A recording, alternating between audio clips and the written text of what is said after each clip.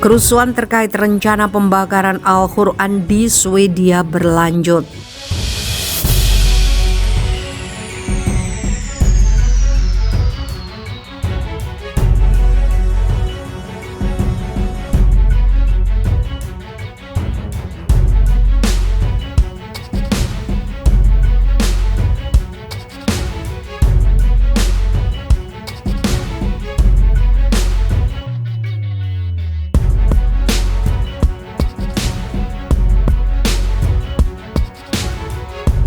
Kerusuhan pecah di Swedia Selatan pada Sabtu malam meskipun polisi memindahkan aksi unjuk rasa oleh kelompok sayap kanan anti-Islam yang antara lain berencana untuk membakar Al-Quran ke lokasi baru sebagai tindakan pencegahan. Bentrokan dan kerusuhan dilaporkan terjadi di kota selatan Landskrona setelah demonstrasi yang dijadwalkan di sana oleh partai sayap kanan Swedia.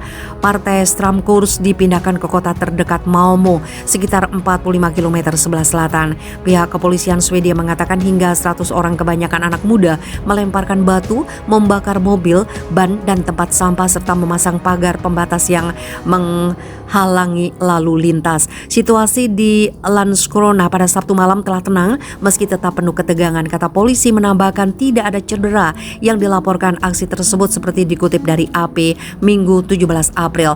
Pada Jumat malam bentrokan keras antara demonstran dan konta pemprotes meletus di pusat kota Örebro menjelang rencana Stramkurs untuk membakar Al-Quran di sana, menyebabkan 12 petugas polisi terluka dan 4 kendaraan polisi dibakar.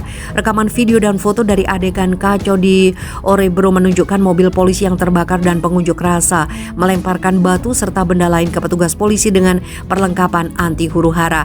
Kim Hit, juru bicara polisi di Swedia Selatan, mengatakan sebelumnya bahwa polisi tidak akan mencabut izin untuk demonstrasi Landskrona karena ambang batas untuk melakukan itu sangat tinggi di Swedia yang menghargai kebebasan berbicara.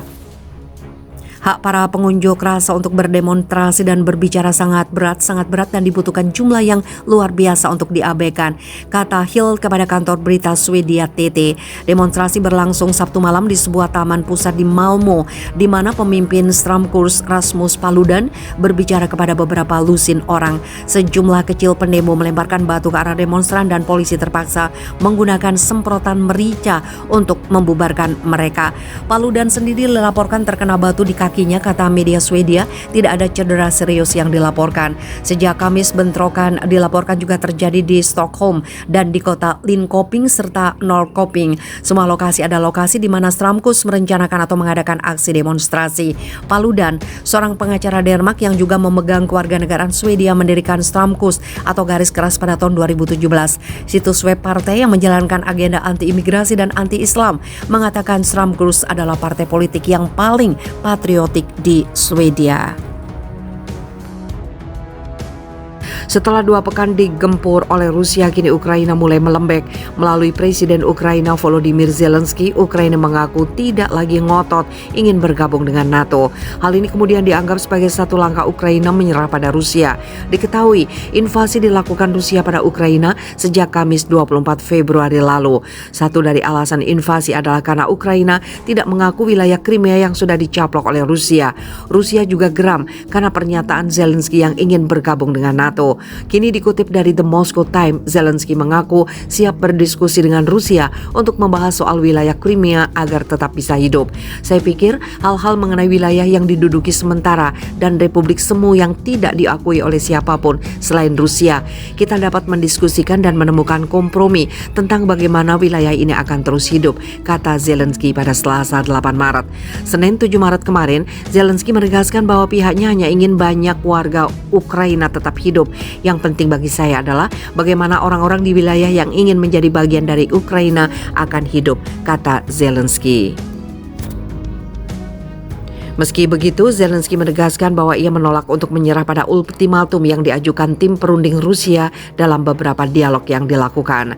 Pertanyaannya lebih sulit daripada sekedar mengakuinya. Ini adalah ultimatum lain dan kami tidak siap untuk ultimatum, kata Zelensky. Saya siap untuk berdialog, kami tidak siap untuk menyerah.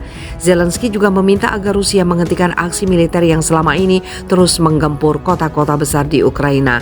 Dalam pernyataannya, Zelensky menjelaskan bahwa ia ingin menyingkirkan memungkinkan masalah. Ia pun paham bahwa saat ini NATO belum siap menerima Ukraina.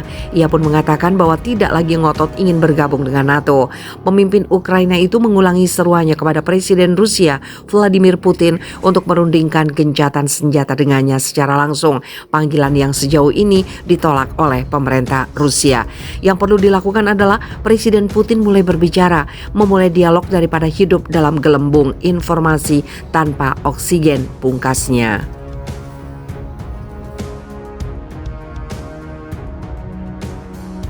Ukraina kembali kena prank setelah Polandia menegaskan tidak akan mengirimkan jet tempur ke Kiev untuk perang melawan Rusia. Ini adalah prank kedua setelah sebelumnya Uni Eropa menjanjikan hal serupa, tapi tiba-tiba mengurungkannya. Awalnya, The Wall Street Journal yang mengutip sumber pemerintah Amerika Serikat melaporkan bahwa Polandia telah mempertimbangkan untuk memasok pesawat tempur buatan Uni Soviet seperti MiG ke Ukraina. Namun Warsawa meminta jet tempur F-16 dari Amerika Serikat sebagai imbalannya. Kantor Perdana Menteri Polandia melalui Twitter menyebut laporan WSJ tentang potensi kesepakatan MiG dengan F-16 sebagai fake news. Polandia tidak akan mengirim jet tempurnya ke Ukraina serta mengizinkan untuk menggunakan bandaranya. Kami sangat membantu di banyak bidang lain, kata kantor tersebut. Seorang juru bicara pemerintah Polandia mengklarifikasi kepada lembaga penyiaran publik setempat pada hari Senin. Ini adalah masalah yang sangat rumit. Pihak berwenang Polandia belum membuat keputusan tentang transfer pesawat ke Ukraina. Presiden Ukraina Volodymyr Zelensky telah memohon Amerika Serikat memasok jet tempur untuk Kiev jika NATO menolak menerapkan zona larangan terbang di atas wilayah udara Ukraina. Juru bicara Gedung Putih Jen Psaki seperti dikutip Axios Selasa 8 Maret menegaskan bahwa Amerika Serikat tidak akan menentang keputusan berdaulat Polandia untuk mentransfer pesawatnya. Hanya saja dia menekankan ada sejumlah rintangan logistik. Itu sejatinya adalah isyarat dari Gedung Putih bahwa memasok jet tempur ke negara yang sedang perang dengan Rusia tidak mudah. Ketua Hubungan Luar Negeri Senat Bob Menendez mengirim surat pada hari Senin meminta pemerintah Joe Biden agar melakukan segala yang kami bisa untuk memberi kompensasi kepada negara-negara yang mengindahkan seruan putus asa Ukraina untuk jet tempur guna mempertahankan tanah air mereka, bunyi surat tersebut. Rekanannya dari Partai Republik, Senator Jim Risch, mentweet, sama sekali tidak ada alasan kami tidak dapat memasok pesawat ke Zelensky dan Ukraina. Sekutu kami bersedia dan mampu menyediakan. Admin harus keluar dari jalan. Sementara itu pakar militer top Rusia Michel Kofman mengatakan itu adalah kesalahan untuk membuang waktu pada debit MiG. Alasannya ada pasokan dan sistem senjata lain yang akan lebih membantu Ukraina. Terus terang banyak pesawat yang dipasang Ukraina